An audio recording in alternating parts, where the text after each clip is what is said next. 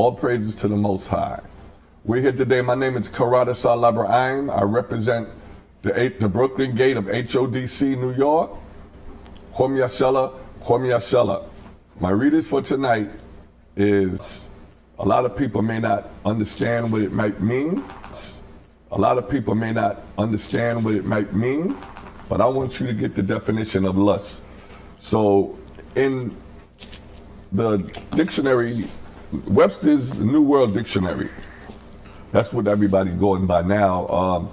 Lust, pleasure, delight, appetite, akin to pleasure, base, to be eager, lasciviousness, wanton, sexual sense, in rendering vulgarity, capriciousness. In 1 John, we'll read that later. 1 John 2:6 says, lust of the flesh, a desire to gratify the senses, bodily appetite, which is carnal, sexual desire, excessive sexual desire, as seeking unrestrained gratification, overmastering desire, lust for power, we'll get into that too, intense enthusiasm, zest, a pleasure, inclination to feel an intense desire, sexual desire, often with others. Okay, now reading that, that's also a sin, and we know that's a sin. But I'm gonna go to lustful. Okay. Lustful is adjective, filled with or characterized by lust, archaic, lusty, vigorous. Okay, that's the definition of lust. And I'm sure if you went into an encyclopedia other than a dictionary, it would have more meaning. But for all intent and purposes, we're going to keep it, we're going to deal with the spiritual level, the spiritual aspects of lust. Brother Zach, the first scripture you go to is Revelation chapter 3 and verse 6. Read. I like to start with that scripture so we can get brothers and sisters in the frame of mind of where we're going, trying to stay spiritual. Come on.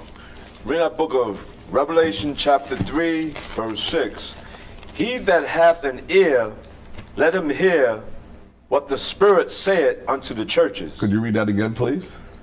He that hath an ear. Now, the ear is still like your heart and your mind. The ear is spirit, your spiritual ear, which is understanding. If you have understanding, listen to what Hamashiach Yahushai, who y'all call Jesus Christ, listen to them. Listen to what he says. Come on. Let him hear what the Spirit saith unto the churches. Now we are the churches. The church is not a building. Ever since our church was, our temple was destroyed and we were kicked out of Israel in 70 AD, and also when the final destruction in 137 AD, when there was no more remembrance that black people lived in Israel, we are the church now. Yahushua said that. So since we're dealing with on the spiritual realm right now, let's go to Ephesians 6 and 12. Because remember, everybody you see outside is dealing with a spirit or spirits, according to how they carry themselves. Now, you know, everyone on earth that's living and breathing is a role model. Everyone is a role model, whether they're good or bad. A serial killer role model is another serial killer. A rapist role model is another rapist. Murderer, such a righteous person role model is a righteous person. And we try to build our lives with love, brotherhood, sisterhood, and try to fragment our life as Yahushua did and as he taught us. He left blueprints. It's not basic instructions before we leave earth. No, these are instructions to live forever. Read what you got. Read the book of Ephesians chapter 6, verse 12. For we wrestle not against flesh and blood. Now let's say that again, because flesh and blood is carnal. That's carnal. Come on. For we wrestle not against flesh and blood, but against principalities. Against principalities. And those, you got principalities, you got thrones, you got all of these things that we don't really know the meaning of, or you don't know the meaning of as being a regular Christian or a person that doesn't respect the Bible, or a person that thinks the Bible is just a book. We got all kind of things out there in this spiritual world, seen and not seen. Continue. Against powers. Against what? Against powers. Against powers, strong powers. Y'all know sometimes you feel strange, something comes up upon you and you don't know what it is. Those are spiritual powers, whether it's good or whether it's bad. Go ahead.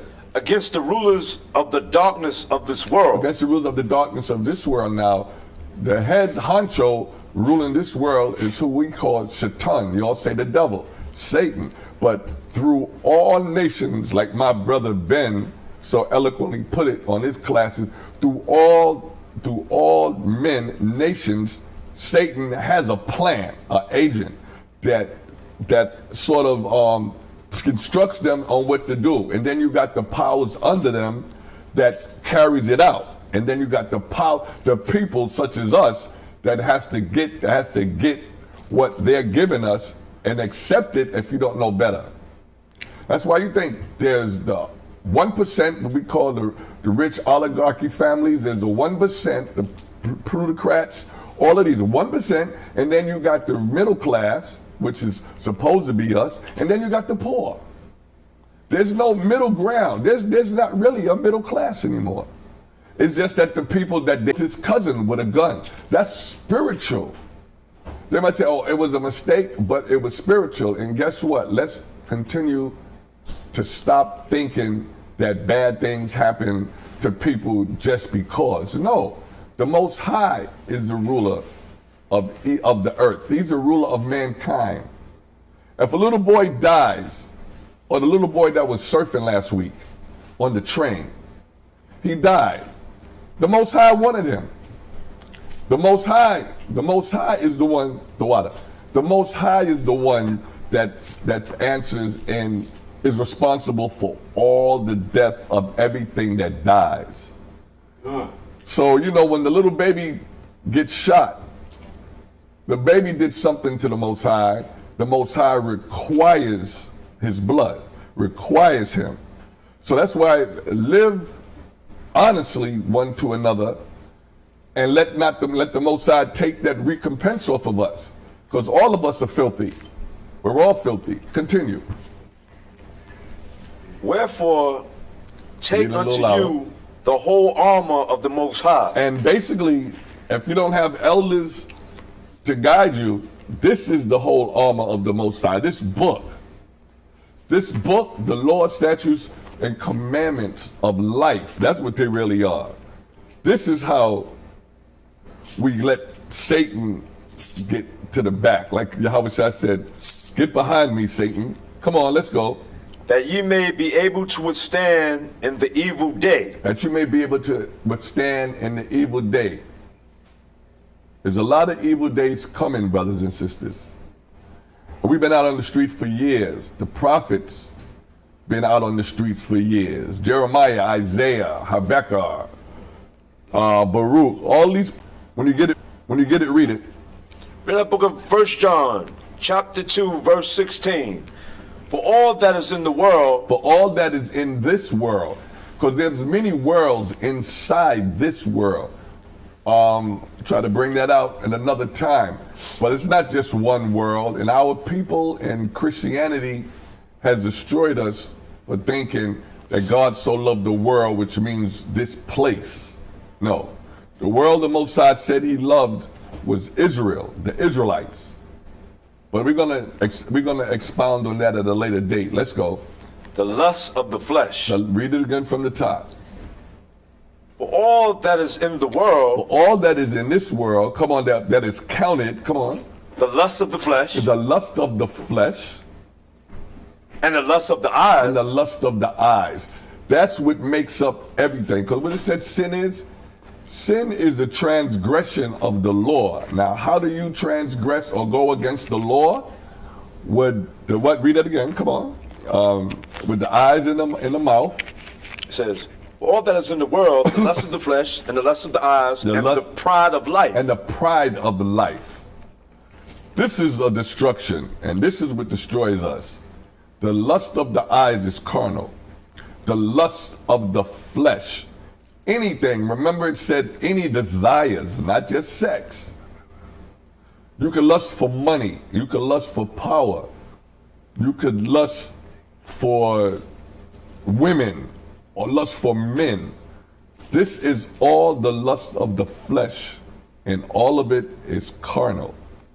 Dealing with trying to satisfy and gratify your senses, your eyes, your nose, your mouth, your touch. All of these are the senses, and that's what lust satisfies when you go against the Lord's statutes and commandments. Go ahead. Is not of the Father. It's not of who? Is not of the Father. It's not of the Most High. So said the Most High love me. He does not love a sinner. He says that. Christianity lied to you again with the fake Christ. Go ahead. What is of the world? It's of the world. This wicked world. Matthew 5 and 27 to 28.